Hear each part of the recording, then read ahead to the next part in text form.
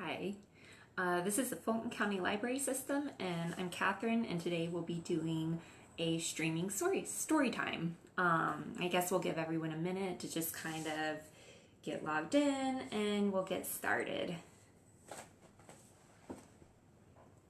So we'll just give it, a minute.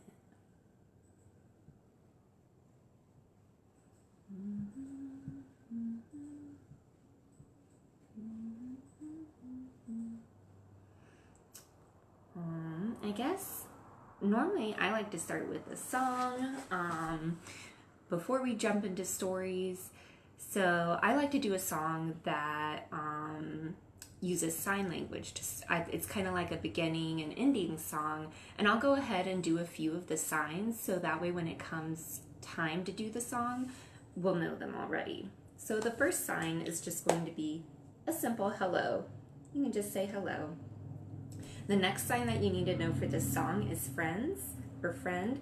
So the way you do the sign for friend is one finger here. This is a friend. This is a friend. They give each other a hug. And that's how you say friend in sign language. For those of you who don't know, sign language is a language that people who are deaf can use to communicate with each other.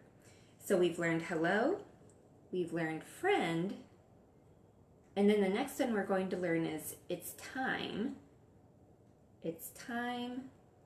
Then we can say to say hello. So those are a few of the different signs we're going to need to start today. So the song goes, hello friends, hello friends, hello friends. It's time, like you've got an invisible watch, to say hello. So we'll do that one more time for those of you who missed it, or maybe we're kind of not sure how the song goes the first time. So we say, hello friends, hello friends, hello friends. It's time to say hello. So hello everyone, and I hope that you have had a good morning so far and are ready to hear some stories.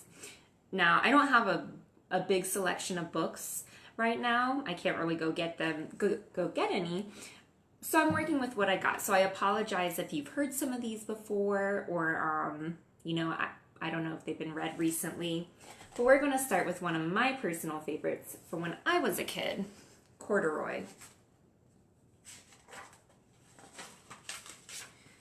Corduroy, Story and Pictures by Freeman. Corduroy is a bear who once lived in the toy department of a big store. Day after day, he waited with all the other animals and dolls for somebody to come along and take him home. We can see him here patiently waiting. The store was always filled with shoppers buying all sorts of things, but no one ever seemed to want a small bear in green overalls. Then one morning, a little girl stopped and looked straight into Corduroy's bright eyes. "Oh, Mommy," she said, "look, there's the very bear I've always wanted." "Not today, dear," her mother sighed. "I've spent too much already. Besides, he doesn't look new. He's lost the button to one of his shoulder straps." Here we can see Corduroy's lost button. Corduroy watched them sadly as they walked away. "I didn't know I'd lost the button," he said to himself. "Tonight, I'll go and see if I can find it." Sounds like he's going to go on a little bit of an adventure. Later that evening, when all the shoppers had gone and the doors were shut and locked, Corduroy climbed carefully down from his shelf and began searching everywhere on the floor for his lost button.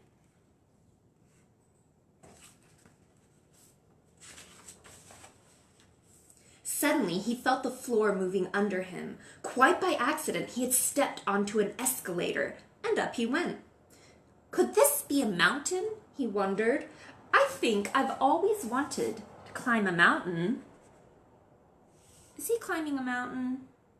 I don't know if that's quite a mountain. He stepped off the escalator as it reached the next floor, and there, before his eyes, was a most amazing sight. Tables and chairs and lamps and sofas and rows of beds. "This must be a palace," Corduroy gasped. "I guess I've always wanted to live in a palace." And there is what Corduroy thinks is a palace. He wandered around, admiring the furniture. "This must be a bed," he said. "I've always wanted to sleep in a bed." And up he crawled onto a large, thick mattress. All at once he saw something small and round. "Why, here's my button!" he cried, and he tried to pick it up. But like all the other buttons on the mattress, it was tied down tight.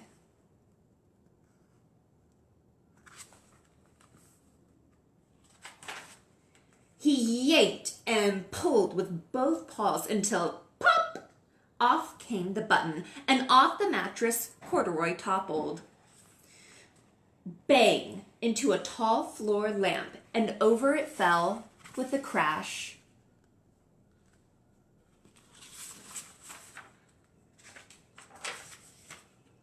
Corduroy didn't know it, but there was someone else awake in the store that night.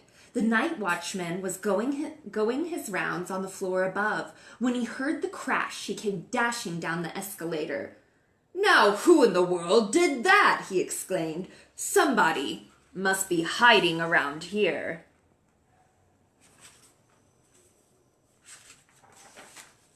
He flashed his light under and over sofas and beds until he came to the biggest bed of all.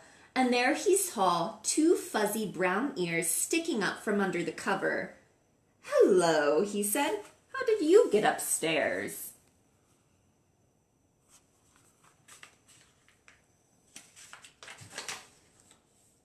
The watchman tucked Corduroy under his arm and carried him down the escalator and set him on the shelf in the toy department with the other animals and dolls.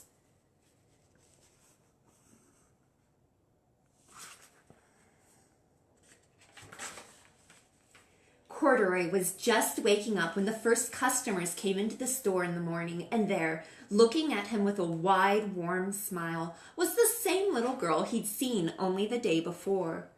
"I'm Lisa," she said, "and you're going to be my very own bear. Last night I counted what I've saved in my piggy bank, and my mother said I could bring you home."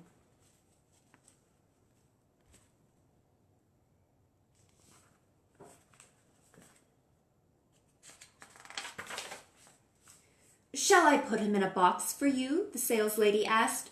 "Oh, no, thank you," Lisa answered, and she carried Corduroy home in her arms. She ran all the way up 4 flights of stairs into her family's apartment and straight to her own room.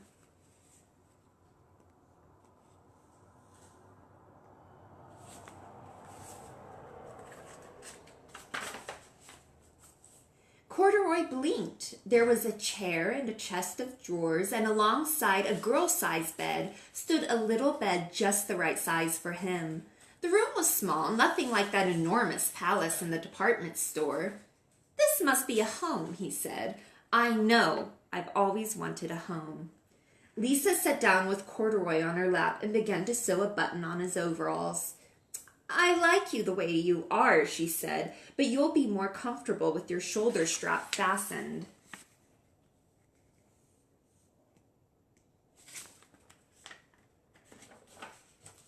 "You must be a friend," said Corduroy. "I've always wanted a friend." "Me too," said Lisa, and gave him a big hug. The end. So the next thing we're going to do is a song called Zoom, Zoom, Zoom. So you're going to get your hands. The first step is to do this. And we'll say, zoom, zoom, zoom, we're going to the moon. Zoom, zoom, zoom, we're going to the moon. If you want to take a trip, climb aboard my rocket ship. Zoom, zoom, zoom, we're going to the moon in 5, 4, 3, 2, 1, blast off! So the next book we're going to do is called Bark, George by Jules Pfeiffer.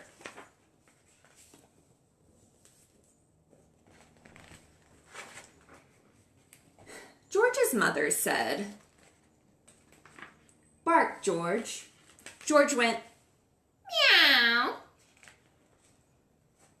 What says meow? Is it a dog? I don't think it's a dog. "No, George," said George's mother. "Cats go meow, dogs go arf. Now, bark, George." George went, "Quack, quack." Is that what a dog says? What says quack, quack? "No, George," said George's mother. "Ducks go quack, quack. Dogs go arf. Now, bark, George." George went, "Oink, oink, oink." What says oink, oink? "No, George," said George's mother. "Pigs go oink. Dogs go arf. Now, bark, George." George went, "Moo." What says moo? It's not a dog. George's mother took George to the vet. I'll soon get to the bottom of this," said the vet. "Please bark, George." George went, "Meow." The vet reached deep down inside of George and pulled out a cat. "Bark again, George." George went, "Quack, quack." The vet reached deep, deep down inside of George and pulled out a duck.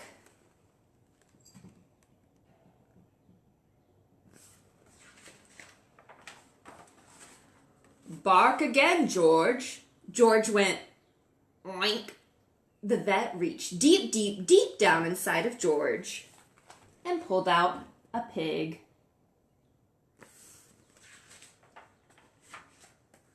"Bark again, George." George went, "Moo." The vet put on his longest latex glove and he reached deep, deep, deep, deep, deep, deep, deep, deep, deep, deep, deep down inside of George. What do you think he's going to pull out this time?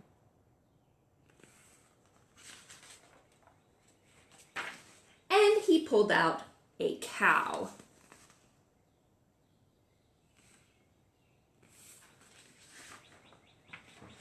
"Bark again, George." George went, "Arf!"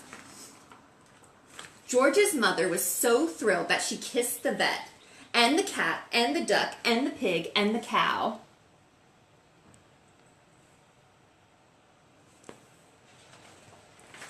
On the way home, she wanted to show George off to everyone on the street, so she said, "Bark, George." And George went. What do you think he's going to say this time? Hello. What do you think is inside of George that is making him say hello? It's a mystery. So we're going to do another song. This one is called "One Little Red Fish." So you're going to get your hands and you're going to pretend they're a fish. They're going to swim like a fish. Are you doing it? So it goes, "One little red fish swimming in the water, swimming in the water, swimming in the water. One little red fish swimming in the water, bubble, bubble, bubble, bubble, pop." Does anyone have a color they would like me to use next? I've used red. Maybe I could do blue. So we'll do two little blue fish swimming in the water, swimming in the water, swimming in the water. Two little blue fish swimming in the water, bubble, bubble, bubble, bubble, pop. How about pink? Three little pink fish swimming in the water, swimming in the water, swimming in the water. Three little pink fish swimming in the water, bubble, bubble, bubble, bubble, pop. I see someone suggested blue. I must have been reading your mind. I didn't see that, but I had done blue. So how about we'll do fast fish? Can you do some really fast fish? Are you ready? Are your wrists nimble? No one's going to pull a muscle? So 4 fast fish were swimming in the water, swimming in the water, swimming in the water. 4 fast fish were swimming in the water, bubble, bubble, bubble, bubble, pop. So last one we'll do slow. We'll do a cool down. 5 slow fish were swimming in the water, swimming in the water, swimming in the water. 5 fast fish were, 5 slow fish were swimming in the water.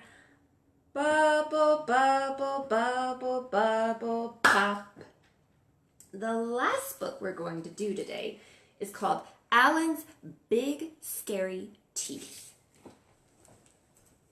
by Jarvis.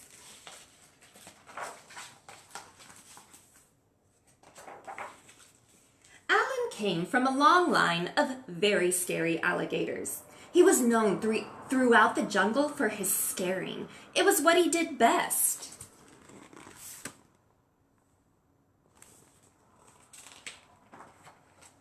Alan would start each day, polishing his scales, sharpening his nails, and brushing each of his big, scary teeth for at least 10 minutes at a time. And after practicing his frightening faces in the mirror, saying things like, grrr, can you say grrr? He'd sneak into the jungle for his morning round of scaring. Alan went snap, snap, and grrr, grrr. He said things like, I'm big, scary Alan, fear my razor-sharp teeth.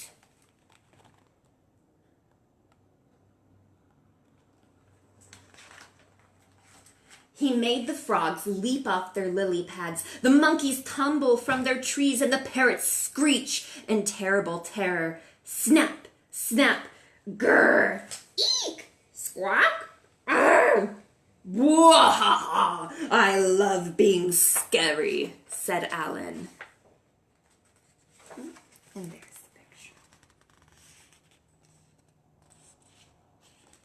It's not very nice to scare people. After a long day of scaring the jungle animals, Alan would head home back to the swamp, relax, finish the crossword in the Jungle Times.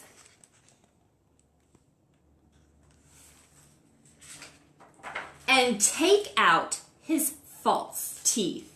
Nobody knew about Alan's false teeth. Good night, teeth. Sweet dreams, my scary snappers, Alan would say as he put them away carefully in his super secret hiding place.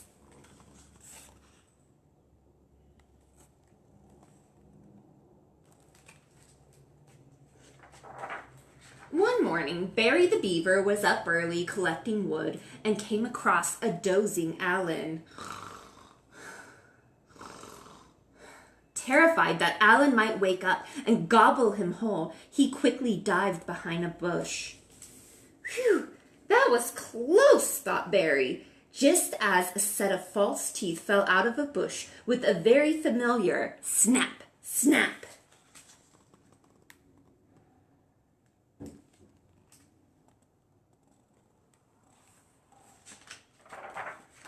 When Alan awoke, his teeth were gone. My teeth! My teeth! Where are my teeth? What could he do?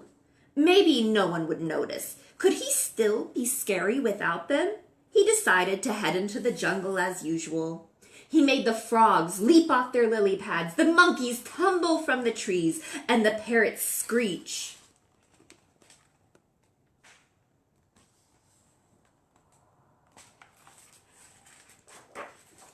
With laughter, though. Alan just wasn't very scary without his teeth. Snap, snap, go! Laughed all the jungle animals. Alan slunk back to the swamp. He had never been more embarrassed. He came from a long line of very scary alligators. Scaring was all he had ever known. What would Alan do now?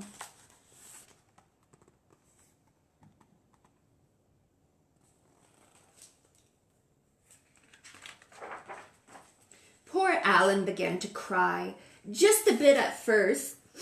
But then the tears kept coming. He howled and yowled more than all the jungle babies put together. And he couldn't stop crying until...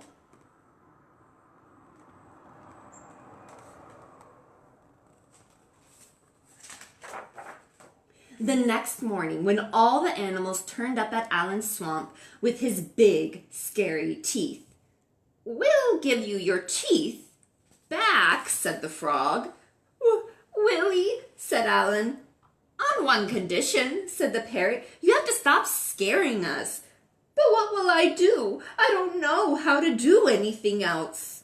"We have an idea," said Frog.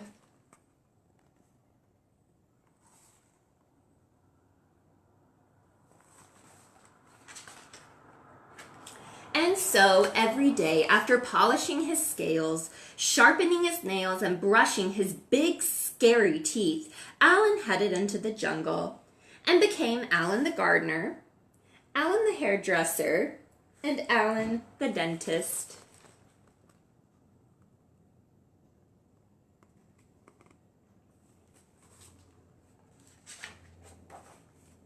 But every night he became Alan, the big, scary storyteller, thrilling the jungle animals with his terrifying tales.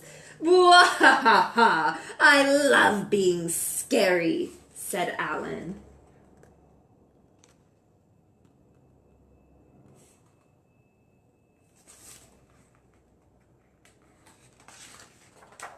And sometimes he even let Barry the Beaver borrow his teeth. Grrr. The end.